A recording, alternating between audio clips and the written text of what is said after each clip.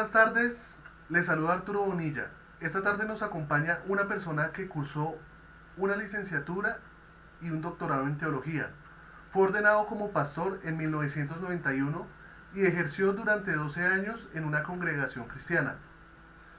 Es conferencista especializado en liderazgo, viaja frecuentemente a los Estados Unidos y allí dicta seminarios en varias congregaciones.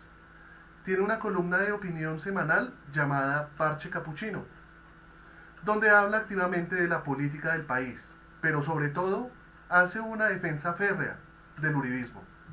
Aspiró a las elecciones legislativas pasadas a la Cámara por Bogotá por Opción Ciudadana.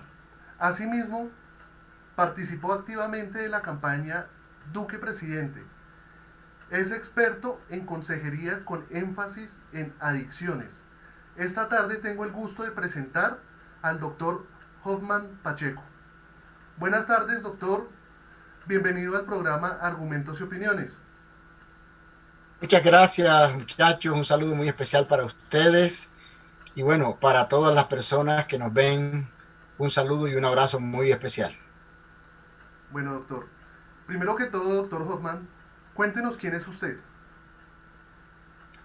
Bueno, Hoffman Pacheco Gómez es una persona común y corriente, un colombiano común y corriente, pero un colombiano muy agradecido por todo lo que hizo un hombre llamado Álvaro Uribe Vélez desde el año 2002 hacia acá, cuando ejerció su presidencia, su primera y su segunda. Un hombre muy agradecido y por eso la mayoría de mis columnas van dirigidas a eso, a hacer un poquito de historia y de que las personas sepan quién fue esa persona y cómo nos liberó de muchas cosas que estábamos viviendo. Pues soy un luchador, un peleador con la vida. Gracias a Dios he podido surgir, emerger, estudiar, prepararme y sobre todo escudriñar el país. Me gusta mucho conocer la historia del país y conocer su gente. Soy un ciudadano de a pie, común y corriente, un servidor de todos, un defensor de derechos humanos, pero desde el punto de vista de la realidad de los derechos humanos de las personas. He trabajado con comunidades muy vulnerables, pero desde mi punto de vista de derecha, yo soy un derechista y eso no lo cambiaré por nada de la vida. Correcto.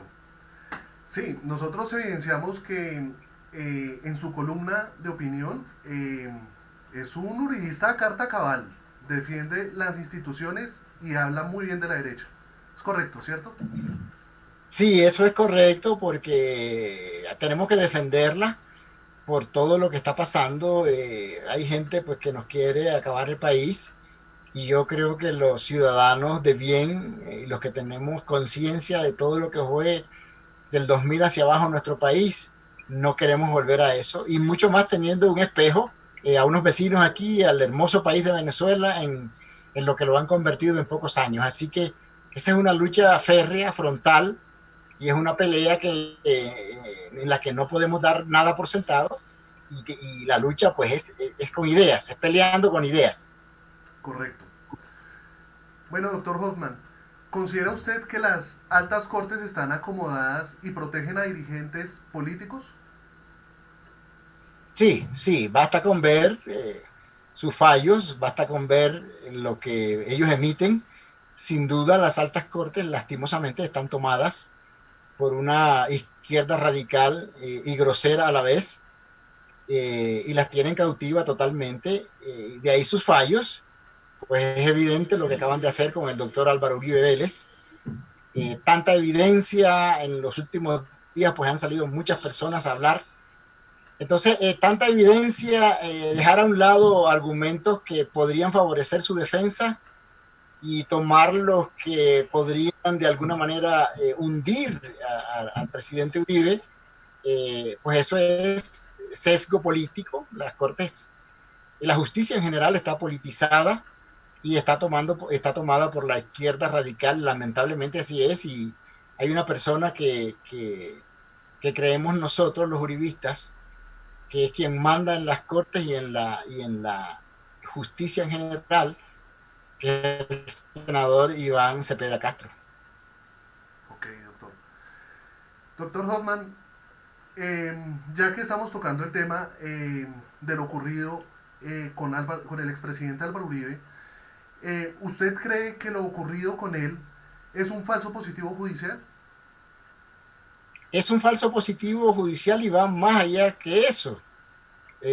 Yo pensaría que el doctor Uribe está secuestrado por una justicia politizada, una justicia sesgada y una justicia sin ningún tipo de argumentos.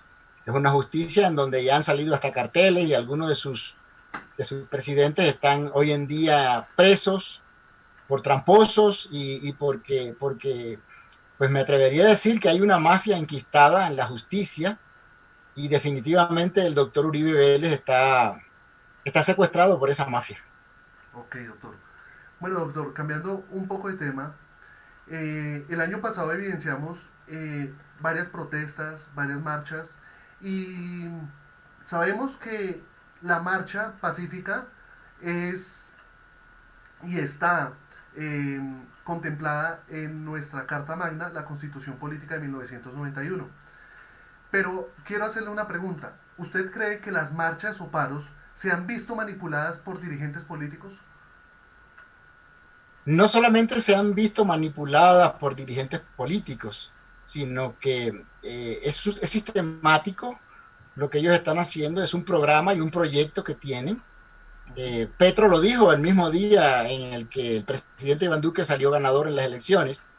Él dijo que no iban a dejar gobernar al presidente Duque y que iba a salir a la calle y que se iba a tomar a las calles. Y eso lo están comprobando y lo están probando y tienen influenciada pues a una cantidad de organizaciones como FECODE, como las centrales de trabajadores. Todo esto está al servicio de la izquierda radical que está pensando es cómo apoderarse del ejercicio presidencial a como dé lugar en Colombia. Y si para eso tienen que acabar con el país físicamente hablando, lo van a hacer porque eso es lo que ellos tienen pensado, tomarse el poder que no pudieron por las armas, ahora con argumentos aparentemente democráticos, pero que no lo son. Ok. Bueno, siguiendo el mismo tema, ¿piensa usted que se debe determinar una regulación a la protesta para aquellos bandidos que salen disfrazados de estudiantes portando explosivos y destruyendo los bienes públicos y privados? Doctor Hoffman, Sí, si estuviera en sus manos, ¿qué haría usted? si estuviera en mis manos, sin duda se hace cumplir la ley. Colombia debe ser un país regido por el imperio de la ley. Yo viajo con frecuencia a Estados Unidos de Norteamérica porque allá dicto algunas conferencias y seminarios. Y usted se Correcto. mete con un policía en Estados Unidos, en cualquier ciudad o estado, y el policía usa su arma. Los policías, el arma de dotación es para eso, para hacer cumplir la ley.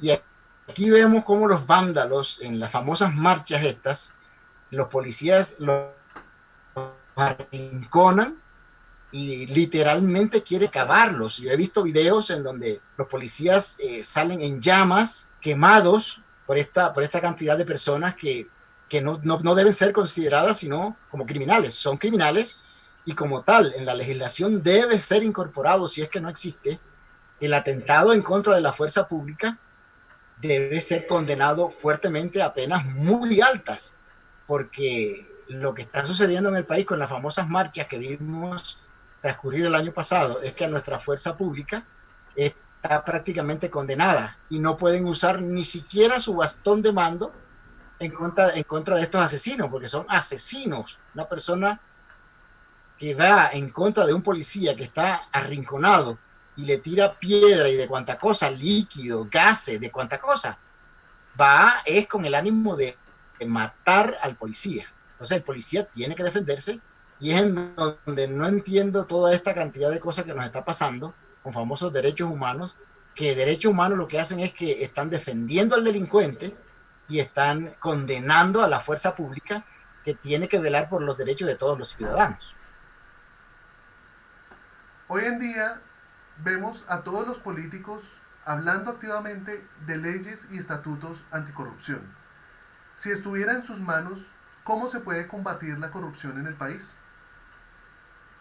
La corrupción en el país se combate de una manera, siendo drásticos, impidiendo que a los corruptos que se les compruebe vuelvan a contratar, por ejemplo, con el Estado o puedan aspirar a cargos públicos. 50 billones de pesos se pierden al año por corrupción. Eso es demasiado dinero perdido en las entrañas de ese monstruo llamado corrupción. Ya Colombia tiene los dientes suficientes para meter en cintura este problema de la corrupción. Lo que pasa es que tenemos que pensar un problema que nace desde los hogares. A nosotros es fácil que nos enseñen en nuestra casa o aprender en la calle desde muy pequeño las cosas fáciles, el dinero fácil, el asunto fácil, el engaño, la trampa. Entonces todo eso en el momento en que vamos creciendo, pues se va haciendo evidente y ya lo vemos como un estilo. Pero en el momento en que Colombia empiece a aplicar sus propias leyes, que son fuertes en ese sentido, yo creo que le vamos a bajar, no se va a acabar la corrupción, pero sí se va a bajar muchísimo porque de verdad que dan ganas de llorar perder 50 billones de pesos al año por corrupción. Y ahorita hace poco relativamente vimos como algunas personas se empeñaron en llevarle al país el tema corrupción. Eso no va a pasar en el Congreso. Los congresistas no van a pasar más leyes anticorrupción. No se van a bajar el salario. No, eso tiene que salir definitivamente desde la base, y la base es los votantes. El pueblo tiene que salir definitivamente, pero ya los dientes suficientes existen. El problema es que no hay voluntad política para llevar a cabo todas estas cosas. Por 50 años a quien haya que meterlo y quitarle todas las prerrogativas que se le han dado de casa por cárcel, de búnkeres especiales, de cárceles especiales para ellos, no, y que nunca más vuelvan a aparecer en el hemisferio político colombiano, ni de contratación, ni de nada. Solamente así podemos ir acabando con ese monstruo, ese flagelo que se llama corrupción en Colombia, que es la peor pandemia de la que podemos tener los colombianos. Ok, doctor. Doctor, se sabe que en Colombia hay una brecha social bastante grande. ¿Cómo considera que se puede mejorar? Bueno, la brecha social, hay muchas personas, hay presidentes que han tenido unas buenas iniciativas en eso, pero la brecha social empieza en la mente de cada cual, en la cabeza. Usted puede nacer en el barrio más rico o más pobre y puede ser el peor miserable o el peor delincuente de Colombia. Si a usted no empiezan a cambiarle el entorno mental, la cabeza, pues los pobres siempre van a esperar que el Estado les subsidie, que los ricos le den, que todo eso. No, yo creo que hay que empezar, eso sí, a invertir mucho más, como está el presidente Duque, en la educación. La educación es primordial para que el pueblo raso pueda salir de esos atrasos y de esas brechas que hay. Yo creo que cuando una persona quiere, definitivamente puede. Y los obstáculos nos los ponemos nosotros mismos. Y eso empieza definitivamente en la mente, en la cabeza de cada ser humano. Si usted dice, mi abuelo es pobre, mi papá fue pobre, pues yo seré pobre, pues eso es lo que va a lograr usted en su vida. Y no va a salir de ese entorno de pobreza, porque lo primero que tiene que hacer es sacarlo de su cabeza y verá que logrará unas cosas totalmente diferentes. Ahora, que los sistemas democráticos de nuestros países latinoamericanos, lamentablemente, están hechos a la medida para que los pobres sean más pobres y los ricos sean más ricos. Sí, indudablemente que sí. Y hay que hacer leyes en donde esa brecha social se vaya cerrando paso a paso, poco a poco, pero yo creo que el trabajo base es la educación y no regalar tanto, porque cuando usted le regala algo a una persona, generalmente no tiene en cuenta porque no le costó nada hacerlo. Ok. Cambiando un poco de tema, doctor Hoffman, eh, ¿qué piensa usted del nombramiento de Arturo Char como presidente del Senado? Eh, es un buen nombramiento. Hay que tener en cuenta que esos son temas políticos y que ya están decididos previamente por aquello de que cada partido le toca su turno, etcétera. Lamentablemente, pues para Arturo Char, el doctor Arturo Char, las declaraciones que dio esta señora en Venezuela los afectaron definitivamente, pero Arturo Char y en general la familia Char han hecho mucho, mucho por la costa. Yo la mayor parte de mis años los pasé en Barranquilla, y son gente que ha promulgado mucho el trabajo, todo. ¿Tienen dinero? Bueno, Arturo Char no tiene la culpa de haber nacido en un hogar de una persona rica. Así que, pero está bien que haya sido nombrado presidente. Es una persona callada, es una persona que no aparece mucho en público, pero tiene su trabajo y hace su trabajo y es un hombre correcto. Lamentablemente los avatares de la política y esos vientos políticos se llevan a las personas por delante y bueno, las declaraciones de Aida Merlano le cayeron a él en un momento muy desafortunado, pero yo creo que esto tiene algo más de fondo que de forma. Y el fondo es ver cómo van desgastando las aspiraciones posibles de Alejandro, el hermano, a una por lo menos precandidatura a la presidencia de la República para el año 2022. Esto no con Arturo, sino con Alejandro, porque Alejandro es un hombre que se está perfilando fuertemente. Y yo creo que más que todo va por allí, por qué zancadilla le podemos empezar a poner a Alex Char, y para eso pues están utilizando sin duda alguna todo lo que le aconteció a su hermano, que está en la presidencia del Congreso hoy en día. Ok. Aprovechamos que tocamos el tema de Arturo Char y me gustaría escuchar su opinión, doctor Hoffman, eh, acerca del nombramiento de Griselda Lobo como segunda vicepresidenta del Senado. ¿Cuál sería su opinión frente a ello? Bueno, la opinión mía y como la de muchos colombianos es que definitivamente este es el mundo al revés. Una persona como Griselda Lobo, la amante de Tiro Fijo, que estuvo cerca a la cabeza material intelectual del hombre eh, más criminal en la historia de Colombia, o uno de los más criminales, por ser el fundador de las sanguinarias FARC. Pues una mujer que está al lado de un hombre como este, pues aprendió de cuánta cosa.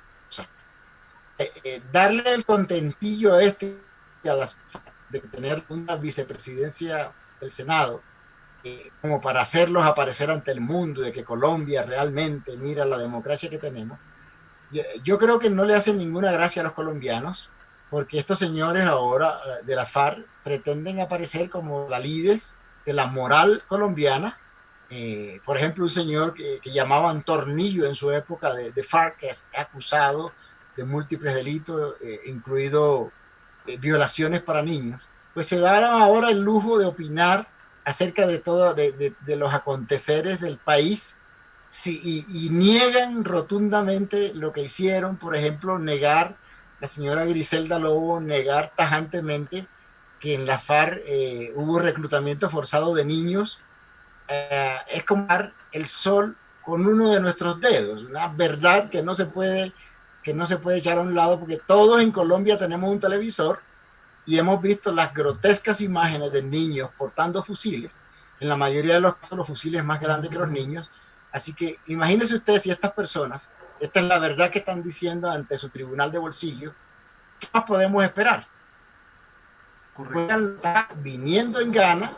Lamentablemente el acuerdo firmado entre Santos y la FARC prácticamente nos ha dejado con las manos amarradas y atadas por lo menos por 8 años o por 12 años, y estamos viendo ante nuestros propios ojos, pues cómo se desintegra parte de la moral colombiana nombrando a una señora de estas cualidades negras en la segunda vicepresidencia del Senado de la República. Estamos acabándonos moralmente hablando.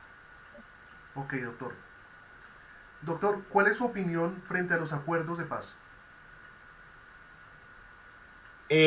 Mi opinión básica es que ellos perdieron un plebiscito y aún así los acuerdos grotescos siguieron adelante. Eh, eso no es un acuerdo de paz entre Colombia y FARC, sino entre un ciudadano que era presidente de la República y un grupo de narcoterroristas cuyo logro, pues triunfaron, los narcoterroristas triunfaron definitivamente, pues fueron los que impusieron la mayor cantidad de temas en el famoso acuerdo. Así que este es un acuerdo amañado, es un acuerdo perdido. Lamentablemente, pues el Senado de la época se prestó para un fast track en donde le dieron pues vía libre y jurídica y vida jurídica a un acuerdo amañado, a un acuerdo que no tuvo en cuenta a todo el pueblo colombiano y que simplemente lo hicieron entre unos terroristas y una fracción del pueblo, una parte del pueblo colombiano. Esa es la realidad del famoso acuerdo entre Santos y Tiro Fijo. Ok. Cambiando un poco de tema, doctor Hoffman, ¿usted cómo cree que el gobierno ha actuado en el manejo de la pandemia? ¿O qué falencias ha tenido en su ejecución?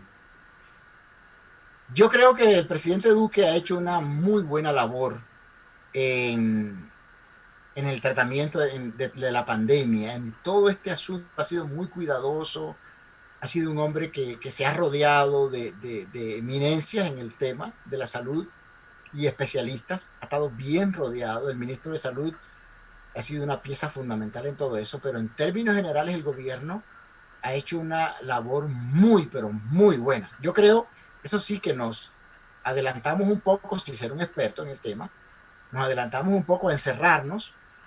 Por estadísticas tengo entendido que Colombia es el país o uno de los 2 o 3 países cuya cuarentena ha sido más larga y en la que empezó el encerramiento más temprano.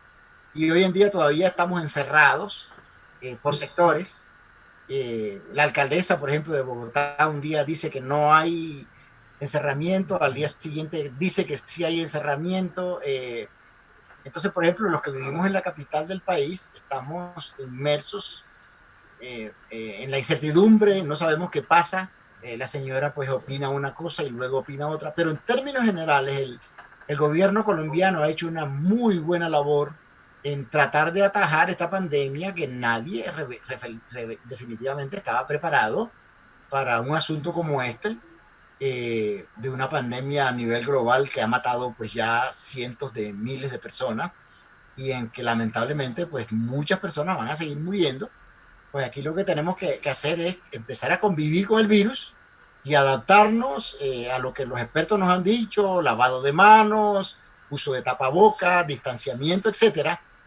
Pero el país tiene que continuar, el país no se puede parar, porque si el país se para, económicamente nos vamos a quebrar y entonces ni salud ni economía. Me parece acertado el manejo que le ha dado el presidente Duque y su equipo al tema de la pandemia del coronavirus. Ok, doctor. ¿Cómo considera que se debe activar nuevamente la economía en el país? La economía en el país se debe activar con los planes que el gobierno está ejecutando. Lamentablemente se están encontrando tropiezos, como ya les dije, por apariciones políticas, por sesgos políticos y por ideologías políticas. Por ejemplo, a estas alturas es inaudito que los aeropuertos estén cerrados todavía, cuando se pueden perfectamente trabajar con protocolos y los vuelos comerciales entre las ciudades y el mundo incluso ya deben estar abiertos. Nosotros no podemos seguir cerrados porque si no la economía va a colapsar la parte que tiene que ver con todo este tema del entretenimiento y todo eso. Todo está colapsando, no se puede seguir cerrando. Tenemos que vivir y adaptarnos a la circunstancia de que en la mitad de nosotros ahí lo podemos atacar.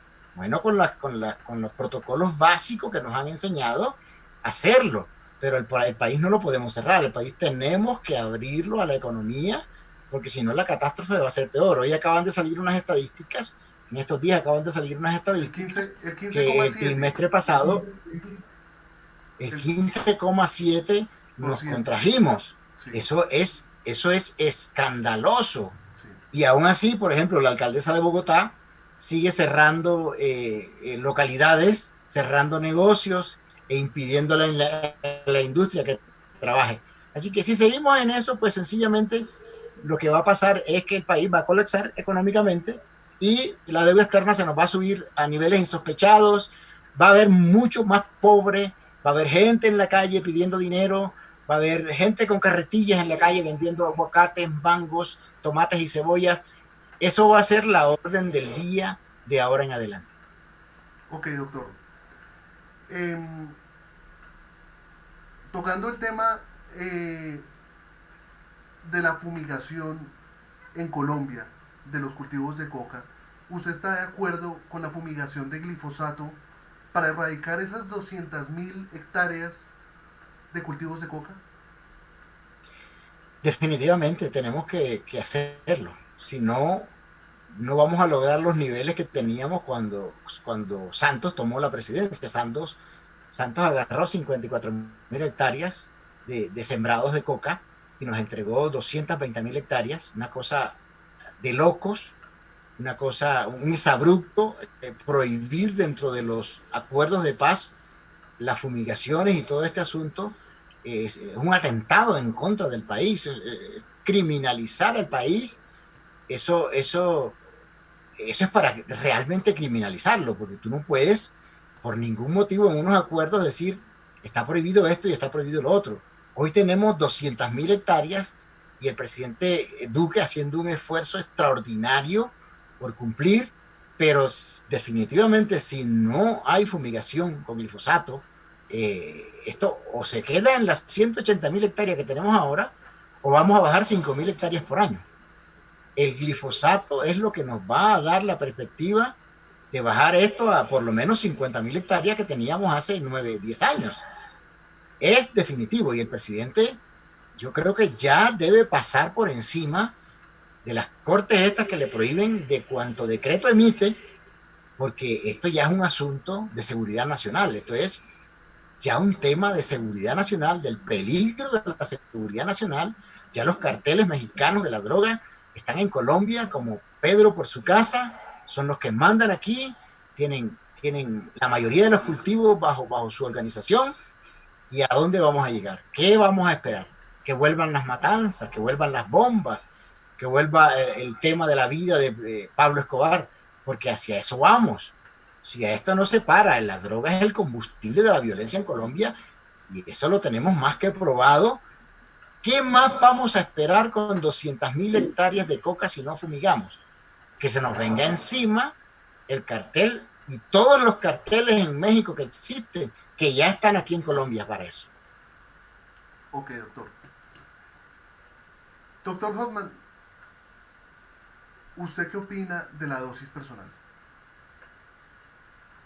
La dosis personal, yo estoy de acuerdo con lo que intentó hacer el presidente Duque, que lamentablemente le tumbaron. Es inaudito que nosotros vayamos con nuestros niños a un parque y encontremos ahí al jíbaro dotando de tabaco, de marihuana, a aquel que se lo fuma en el parque delante de nuestros hijos. Es una cosa ilógica, es una cosa que si nos ponemos a pensar, no tiene un pie, no tiene una cabeza, que los parques, como en algún momento lo dijo Claudia López, sean compartidos, haya pico y cédula para los niños y para los fumadores de bareto. No, no, si una persona quiere fumarse su bareto, hágalo en su casa, porque tiene que ir a un parque, porque tiene que ir a un lugar público donde pasa la gente. A mí me ha tocado pasar por lugares públicos y ver sentados ahí charlando y pasándose un tabaco de marihuana a un par de sinvergüenzas. Entonces, es parte de la moral que se ha perdido en el país, así que estoy de acuerdo en penalizar el consumo de droga y eliminar la dosis mínima, darle libertad a la persona. Si usted quiere consumir, consuma en su casa, destruyase usted, pero no muestre esto que destruye la vida de los otros. No estoy de acuerdo en que eso se permita que se haga público. Ok, doctor. Doctor Hoffman, en tres palabras, ¿cómo define usted a Gustavo Petro y al presidente Iván Duque? ¿A quién defino primero? Interesante. Está libre albedrío suyo. Bueno, Petro, ah, virus, canalla y miserable. Ese es Petro. Eh, el presidente Duque, sinceridad, lealtad y amor por Colombia. Ese es Duque. Ok, doctor. Doctor Hoffman, ¿algo más que agregar en el canal? No, agradecerle a ustedes muchísimo y bueno, la labor que están haciendo de difundir. Esto es algo bien alternativo en el que, bueno, hay que tener también cuidado con la palabra alternativo, que algunos personajes se la quieren tomar ellos, ¿verdad? Sí, Pero qué bueno es que haya este tipo de opiniones, porque lamentablemente, y ya este sería tema para otro programa, lamentablemente la prensa, nuestra prensa, aquella prensa de un Juan Gosaín se nos acabó definitivamente. Hoy es una prensa sesgada, es una prensa politizada y es una prensa militante, totalmente militante. Así que qué bueno que hayan estos espacios. Yo los felicito a ustedes, muchachos, por sacar adelante esto. No es fácil, pero vamos, cuentan con todo el apoyo nuestro y lo que podamos hacer, lo vamos a hacer. De difundirlo, lo vamos a difundir por nuestras redes, por nuestros canales y dárselos a conocer a nuestros amigos. Muchas gracias. bueno, doctor Hoffman, al igualmente invito a los suscriptores para que lo sigan a usted y lean su columna semanal. Muchísimas gracias. Ahí tenemos una columna en un portal de noticias que se llama El Parche Capuchino. También sigan al Parche Capuchino. Ahí escribimos pues una serie de personas que lo único que nos interesa es defender al país de lo que se le viene encima si permitimos que esta guerra sucia de la izquierda comunista se apodere de las instituciones como ya se apoderó de la justicia. Perfecto. Doctor Hoffman, muchas gracias por su tiempo y por habernos concedido la entrevista. Igualmente, muchas gracias a ustedes por habernos acompañado esta tarde en Argumentos y Opiniones, ya que su opinión es valiosa para nosotros. No olviden seguirnos en Twitter y suscribirse a nuestro canal de YouTube. Nos veremos en el próximo capítulo. Feliz tarde.